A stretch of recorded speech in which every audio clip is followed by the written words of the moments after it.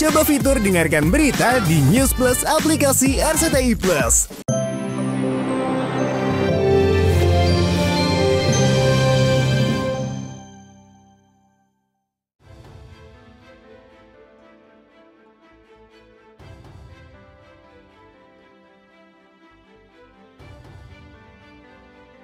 Innalillahi wa inna ilaihi roji'un. Industri hiburan Indonesia kembali berduka.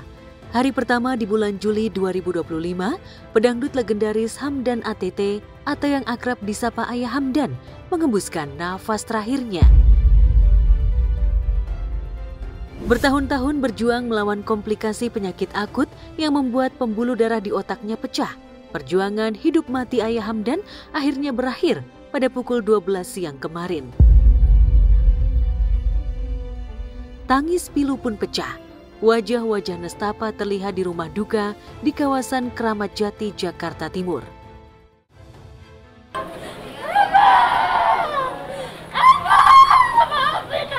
Sakitnya udah 8 tahun, keluar masuk rumah sakit tuh setiap bulan, sesak napas dulu.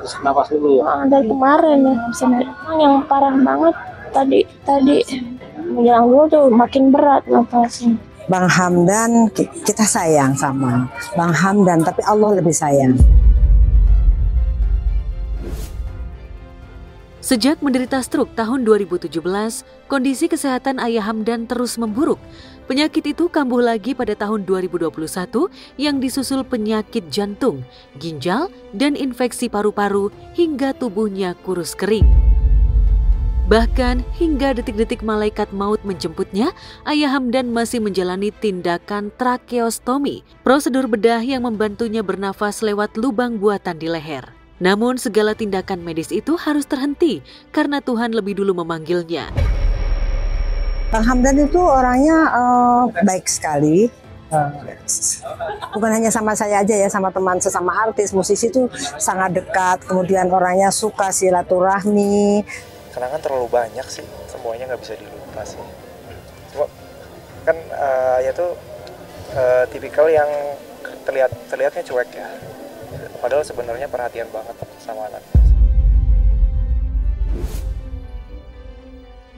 Setelah kedatangan putra almarhum dari Cirebon, jenazah Ayah Hamdan disolatkan di masjid terdekat, lalu diusung ke TPU Kampung Dukuh, Jakarta Timur yang menjadi tempat pembaringan terakhirnya.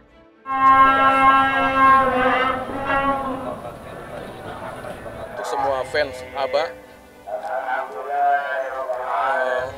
kalau ada kesalahan kata-kata maupun perbuatan, mohon tolong dimaafkan Abah sebesar-besarnya dan sedalam-dalamnya.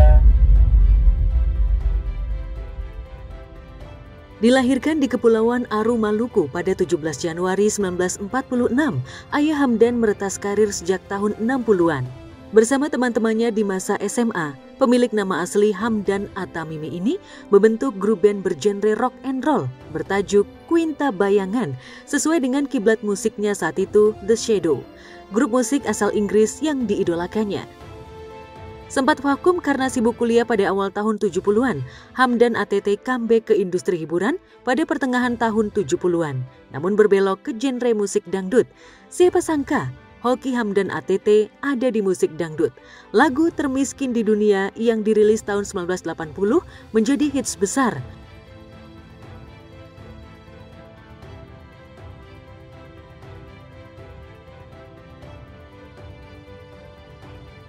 Ya, ada satu hal lagi yang gak pernah saya lupa.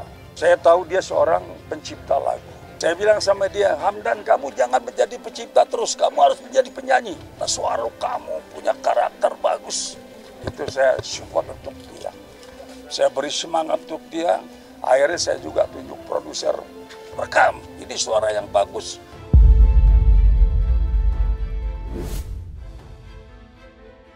Dengan suaranya yang bening dan cengkok dangdutnya yang lembut, Hamdan ATT juga sempat didapuk menjadi coach vokal dan juri di sebuah ajang pencarian bakat. Diva dangdut dari generasi Iis Dahlia hingga Lesti Kejora pernah belajar vokal dari Hamdan ATT.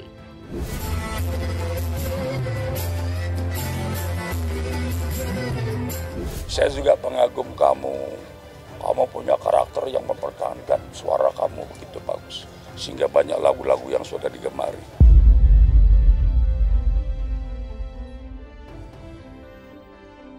Kontribusi Hamdan ATT pada musik dangdut tak perlu diperdebatkan lagi. Anugerah Lifetime Achievement 2021 dari sebuah ajang penghargaan dangdut bergengsi menjadi bukti torehan cemerlang karir Hamdan ATT.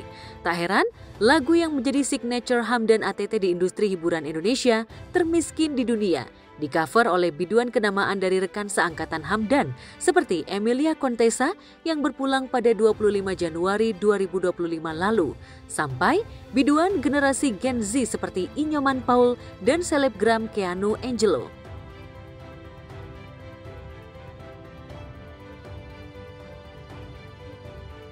Jangankan permata, uang pun aku tiada.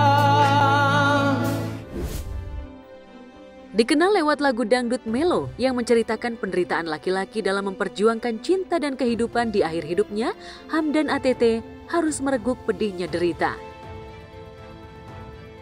Ia memang bukan orang termiskin di dunia seperti lagu yang dinyanyikannya. Namun, sebagian harta yang didapat saat masih berjaya seolah ludes untuk membiayai pengobatan. Memang dari awal kan ya cukup sulit. Kondisi Hamdan yang memprihatinkan itu mengetuk hati sederet artis untuk menggelar donasi pada 28 Juni lalu. Yang memiriskan, panitia penggalangan dana sudah menyusun rundown akan memberikan uang hasil donasi pada 1 Juli kemarin. Namun sayang, rundown itu harus berubah. Karena Hamdan ATT tak lagi bisa menerima uang donasi itu secara langsung, karena Tuhan punya rencana yang lebih indah. Kapan katanya mau nyerahkan hasil daripada charity yang 2 hari yang lalu. Saya bilang kayaknya hari ini kita mau temuin ayah Hamdan. Ternyata dia langsung nangis gitu. Hamdan ATT sudah lepas dari derita dunia. Jejak hidupnya berakhir di usia 79 tahun. Selamat jalan, Hamdan ATT. Jadi inilah akhir hayat dia. Selamat jalan kawan, insya Allah karyamu, kenanganmu tidak pernah kita lupakan.